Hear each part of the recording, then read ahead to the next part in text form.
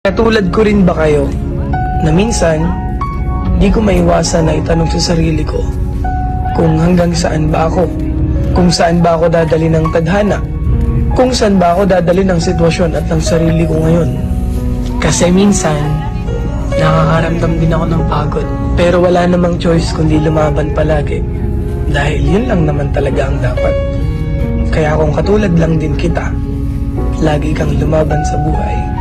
Lagi kang magsumikap na maabot lahat ng mga bagay na gusto mo. Hindi naman lahat ng gusto mong matupad ay isang pitik lang.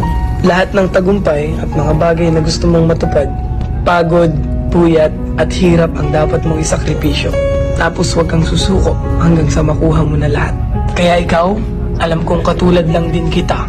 Lumalaban ng patas sa buhay, gumagawa ng paraan para maging maganda ang buhay. Nagsasakripisyo para sa magandang pamilya. Nagsasakripisyo para sa sarili at para sa pamilya.